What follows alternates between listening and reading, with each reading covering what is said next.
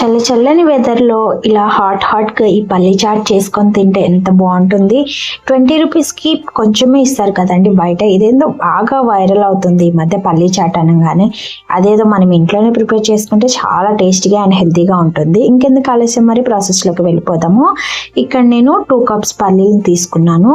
దానికి డబుల్ క్వాంటిటీలో వాటర్ తీసుకోవాలి. 2 కప్స్కి 4 కప్స్ వాటర్ తీసుకొని తగినంత సాల్ట్ వేసుకొని ఈ ప్రెషర్ కుక్కర్లో వేసి 3 విజిల్స్ వచ్చే వరకు ఉడకబెట్టేసి వాటర్ తీసేసి వేరే బౌల్లో ట్రాన్స్ఫర్ చేసుకోవాలి. ఇప్పుడు ఇందులోకి చాట్ చేయడం కోసము క్యారెట్ ముక్కలు, టమాటో ముక్కలు, కీరదోసకాయ ముక్కలు, అలానే ఆనియన్ ముక్కలు సన్నగా చిన్న ముక్కలుగా కట్ చేసుకొని తురుముకొని వేసుకోండి. ఈ పల్లీలోకి వేసేసి ఇందులోకి కొంచెం సాల్ట్ వేసేసేయండి. ఆల్రెడీ మీరు పల్లీలలో వేశారు కాబట్టి ఉడకపెట్టేటప్పుడు ఇందులో కొంచెం సాల్ట్ వేసి మీకు కారం ఎంత తినాలనిపిస్తే అంత వేసేసుకోండి. నేనైతే 1 టేబుల్ అయితే సరిపోతుందండి. 1 టేబుల్ స్పూన్ కారం వేసేసి బాగా కలిపేసుకోవాలి.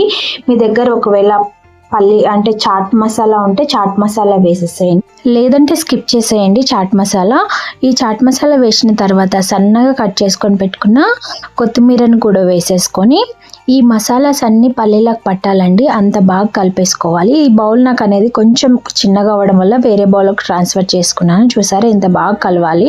ఇలా ఒకసారి కలిపేసుకొని వేడివేడిగా సర్వ్ చేసుకొని పైన నిమ్మరసం వేసుకొని తినేసేయడమే. మీకు ఎలా అనిపించింది నా వీడియో అనేది కూడా కామెంట్ చేయండి. బయట 20 రూపీస్ పెట్టి కొనడం కంటే ఇంట్లో ప్రిపేర్ చేసుకోవడం బెస్ట్ కదండి, హెల్తీ ఫుడ్ కూడా.